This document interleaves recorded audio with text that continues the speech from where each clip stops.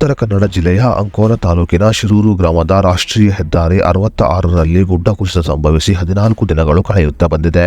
ಇನ್ನು ಅಂಕೋಲದ ರಾಷ್ಟ್ರೀಯ ಹೆದ್ದಾರಿ 66ರಲ್ಲಿ ನಡೆದ ಈ ಭೀಕರವಾದ ಗುಡ್ಡ ಕುಸಿತದಲ್ಲಿ 11ಕ್ಕೂ ಅಧಿಕ ಜನರು ತಮ್ಮ ಪ್ರಾಣವನ್ನ ಕಳೆದುಕೊಂಡಿದ್ದಾರೆ.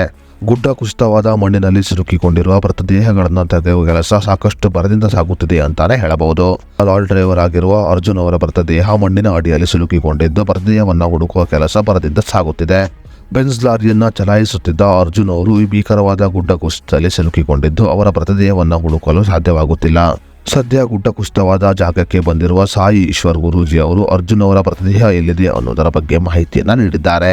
ಹಾಗಾದರೆ ಗುಡ್ಡ ಕುಸಿತವಾದ ಸ್ಥಳಕ್ಕೆ ಬಂದಿರುವ ಸಾಯಿ ಈಶ್ವರ್ ಗುರೂಜಿ ಅವರು ಹೇಳಿದ್ದೇನು ಅನ್ನೋದರ ಬಗ್ಗೆ ಸಂಪೂರ್ಣ ಮಾಹಿತಿಯನ್ನ ಈ ವಿಡಿಯೋದಲ್ಲಿ ನಾವು ನಿಮಗೆ ತಿಳಿಸಿಕೊಡ್ತೀವಿ.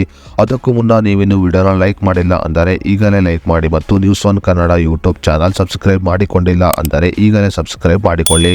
ಅಂಕೋಲ ರಾಷ್ಟ್ರೀಯ ಹೆದ್ದಾರಿಯಲ್ಲಿ ಆದ ಭೀಕರ ಗುಡ್ಡ ಕುಸಿತವಾದ ಜಾಗಕ್ಕೆ ಬಂದಿರುವ ಸಾಯಿ ಈಶ್ವರ್ ಗುರೂಜಿ ಅವರು ಪೆಂಡೋಮಲ್ ಎಲೆಕ್ಟ್ರಾನಿಕ್ ಸ್ಕ್ಯಾನಿಂಗ್ ಮೂಲಕ ಮೃತದೇಹಗಳು ಎಲ್ಲಿದೆ ಅನ್ನೋದರ ಬಗ್ಗೆ ಮಾಹಿತಿಯನ್ನು ನೀಡಿದ್ದಾರೆ. ಪೆಂಡೋಮಲ್ ಎಲೆಕ್ಟ್ರಾನಿಕ್ ಸ್ಕ್ಯಾನಿಂಗ್ ಮೂಲಕ ಮೃತದೇಹಗಳು ಗಂಗಾವಳಿ ನದಿಯ ಯಾವ ಜಾಗದಲ್ಲಿ ಇದೆ ಅನ್ನೋದರ ಬಗ್ಗೆ ಮಾಹಿತಿಯನ್ನು ನೀಡಿದ್ದಾರೆ ಸಾಯಿ ಈಶ್ವರ್ ಗುರೂಜಿ ಅವರು. ಅದೇ ರೀತಿಯಲ್ಲಿ ಲಾರಿ ಡ್ರೈವರ್ ಅರ್ಜುನ್ ಅವರ ಮೃತದೇಹದ ಬಗ್ಗೆ ಮಾಹಿತಿಯನ್ನು ನೀಡಿದ ಸಾಯಿ ಈಶ್ವರ್ ಗುರೂಜಿ ಅವರು ಗಂಗಾವಳಿ ನದಿಯ ಸುಮಾರು 21 ಅಡಿ ಆಳದಲ್ಲಿ ಅರ್ಜುನ್ ಅವರ ಮೃತದೇಹ ಇದೆ ಎಂದು ಹೇಳಿದ್ದಾರೆ.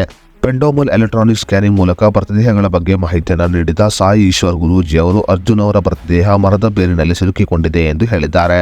ಲಾರಿ ಡ್ರೈವರ್ ಅರ್ಜುನ್ ಅವರ ಮೃತದೇಹ ಸುಮಾರು 21 ಅಡಿ ಆಳದಲ್ಲಿ ಇದ್ದು ಆತನ ಮೃತದೇಹ ಮರದ ಬೇರಿನಲ್ಲಿ ಸಿಲುಕಿಕೊಂಡಿದೆ ಅನ್ನೋದರ ಬಗ್ಗೆ ಮಾಹಿತಿಯನ್ನು ನೀಡಿದ್ದಾರೆ ಸಾಯಿ ಈಶ್ವರ್ ಗುರೂಜಿ ಅವರು.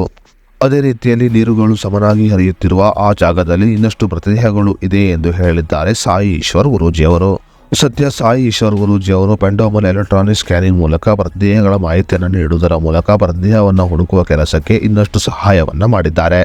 ಸಾಯಿ ಈಶ್ವರ್ ಗುರೂಜಿ ಅವರು ನೀಡಿರುವ ಮಾಹಿತಿಯ ಪ್ರಕಾರ ಇನ್ನಷ್ಟು ಮೃತದೇಹಗಳನ್ನು ಹೊರತೆಗೆಯುವ ಕೆಲಸವನ್ನ ಇಂದು ಮಾಡಲಾಗುತ್ತಿದೆ.